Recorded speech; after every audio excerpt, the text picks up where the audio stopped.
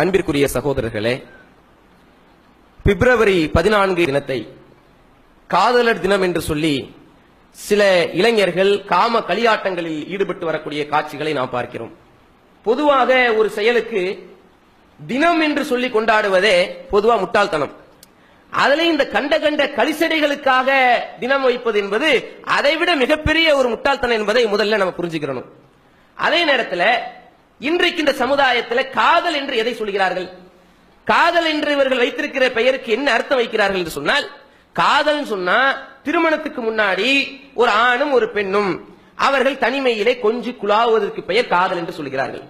செல்போனாக இருக்கட்டும், அல்லது park, beach, theatre, cinema என்று ஊர் சுற்றுகிறார்களே, இப்படி ஊர் சுற்றுவதற்கு பெயர் தான் இன்றைக்கு காதல் என்ற பெயரிலே மக்களிடத்திலே மீடியாக்கள் மூலமாக காட்டப்படுகிறது. ஆனால் இது போன்ற காதல் என்ற வலையிலே விழுந்து எத்தனையோ இளைஞர்கள் தங்களுடைய வாழ்க்கையை சீரழித்து இருக்கக்கூடிய காட்சிகளை பார்க்கிறோம். எத்தனையோ பெண்கள் தங்களுடைய கற்புகளை இழந்து பரிதவித்து இருக்கக்கூடிய காட்சிகளையும் பார்க்கிறோம்.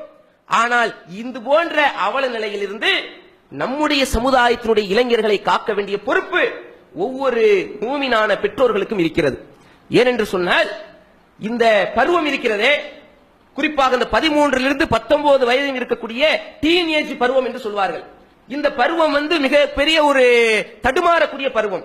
எது சரி எது தவறு என்பதை சரியான முறையில் தீர்மானிக்க முடியாத பக்குவம் இல்லாத பருவம் அது. அந்த பருவத்திலே இது போன்ற எண்ணங்கள், இது போன்ற ஒரு பெண் மீது ஏற்படக்கூடிய அது போன்ற ஈர்ப்பு தன்மைகள் எல்லாம் சில ஹார்மோனுடைய அந்த சுரப்பிகள் அதிகமாக சுரக்கக்கூடிய பருவமாக இருக்கிற காரணத்தினால இந்த வலையில் சீக்கிரமாக அவர்கள் விழுந்து விடுவார்கள். இது போன்ற விஷயங்கள்ல இந்த பருவத்தில் இருக்கக்கூடிய பெண் பிள்ளைகளாக இருந்தாலும் சரி, இளைஞர்களாக இருந்தாலும் சரி, இந்த பிள்ளைகளை வைத்திருக்கக்கூடிய பெற்றோர்கள் அவர்களிடத்திலே மிக கவனமாக கண்காணிக்கக்கூடியவர்களாக, அவர்களுக்கு சரியான அந்த எச்சரிக்கைகளையும் விழிப்புணர்வுகளையும் செய்யக்கூடியவர்களாக நாம் இருக்க வேண்டும். இன்னும் சொல்ல போனால், இதிலே ஒருவர் விழுந்து விட்டால் என்ன ஆகும் தெரியுமா? இன்னைக்கு காட்டுறான், மீடியாக்கள், சினிமாக்கள்ல பாக்குறோம், எல்லாம் எதை எடுத்தாலும் சரி, எந்த சீரியலை திறந்தாலும் சரி, எந்த சினிமாவை பார்த்தாலும் சரி, எல்லாரையும் கலிசடைகளாக மாற்றக்கூடிய ஒரு விஷயத்தை தான் இவர்கள் ஒரு முக்கியமான அஜெண்டாவாக வைத்து தெரிந்து கொண்டிருக்கிறார்கள்.